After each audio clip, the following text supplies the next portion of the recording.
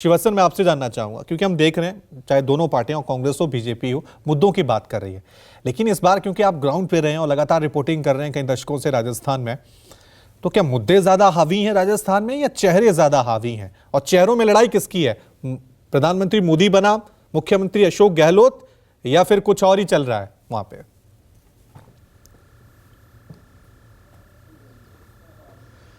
जी रवि, देखिए, जब चुनाव आचार संहिता लगी थी या उससे पहले की भी अगर मैं बात कर लूं, चुनाव की आहट आई थी, तब कांग्रेस हो चाहे बीजेपी लगातार यही बात करी थी कि इस बार का चुनाव पीएम नरेंद्र मोदी और उनकी 9 साल की उपलब्धियों के साथ साथ राजस्थान के अशोक गहलोत और उनकी सरकार की गारंटियों को लेकर है।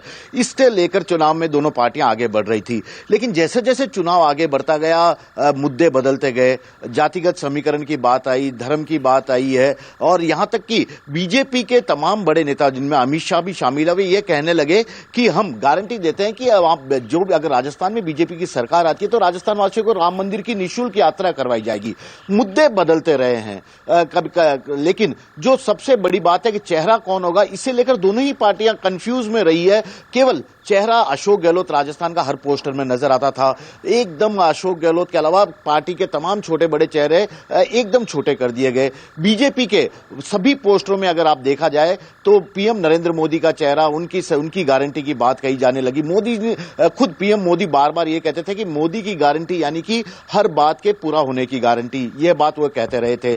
अब मैं यही बात कांग्रेस के हमारे प्रवक्ता जो स्वर्णिम चतुर्वेदी बैठे हैं, एक सवाल उनसे पूछना चाहता हूं। जब चुनाव की आचार संहिता लगी थी उससे पहले उनकी सरकार ने कई सारी योजनाओं की घोषणा की, लेकिन जो नए जिले बनाए गए थे, 21 नए जिले, 3 नए संभाग, उनके बारे में उन्हें अभी तक किसी भी नेता ने बातचीत नहीं की थी। अपने मंच से इस बारे में किसी ने नहीं बताया। इसकी क्या वजह है? केवल जो बात की गई चिरंजीवी स्वास्थ्य बीमा योजना की गई थी, जरूरी आम लोगों के हिसाब से वो करना जरूरी है, लेकिन 500 रुपए के गैस सिलेंडर जैसे ही बीजेपी ने 450 रुपए में देने का ऐलान किया, इस मुद्दे को भी भुला दिया गया।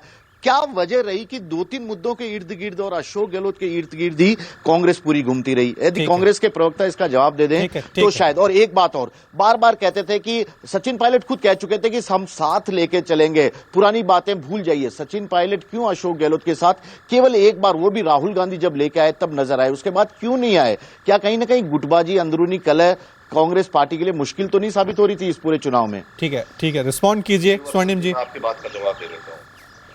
देखिए, आपने कहा कि मुख्य मुद्दे क्या थे? मुख्य मुद्दे थे कि राजस्थान में कि एक तरफ केंद्र की मोदी सरकार जो महंगाई का बोझ डालती है और गवर्नेंस की बात की।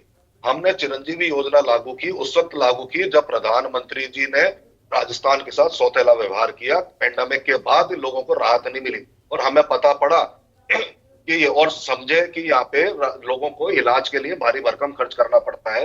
तो ये एक मुद्दा था। 25 लाख का इलाज बहुत बड़ी चीज है, और मॉडल स्टेट बनकर के राजस्थान पूरे देश में उभरा है। ओपीएस का मुद्दा बड़ा मुद्दा था, जिसमें कर्मचारियों को राहत दी। इसको लेकर के जब हमने शुरुआत की तो पूरे देश भर में एक अभियान चला।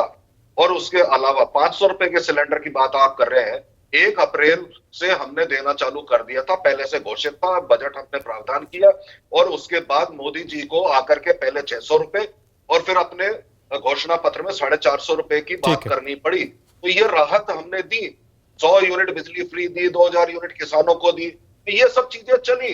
मैं बहुत सारी बातें सुन रहा था कि आपने कहा कि हमारे नेताओं का, अरे 8 करोड़ की जनसंख्या प्रदेश है, सब नेता स्ट्रेटेजी बना करके अपने अपने क्षेत्र में जाकर के प्रचार करते हैं, और वो किया हमने।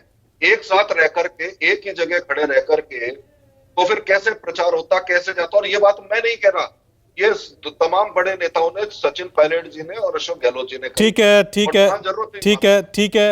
बहरहाल हमें ये देखना होगा कि इन सब के बीच, क्योंकि अब राजस्थान की जनता ने अपना फैसला ईवीएम में कैद किया है, 3 दिसंबर को नतीजे आएंगे। ये नतीजे ये भी बताएंगे कि राजस्थान की जनता ने चेहरों पे ज्यादा वोट किया है या मुद्दों पे ज्यादा वोट किया है। इस बार वहां पे राज बदलेगा या रिवाज बदलेगा, ये 3 दिसंबर को पता लगेगा। बहुत बहुत शुक्रिया आप सभी मेहमानों का इस चर्चा में शामिल होने के लिए। एक छोटा सा ब्रेक हम ले रहे हैं, फौरन हाजिर होंगे। देखते रहिए News 24।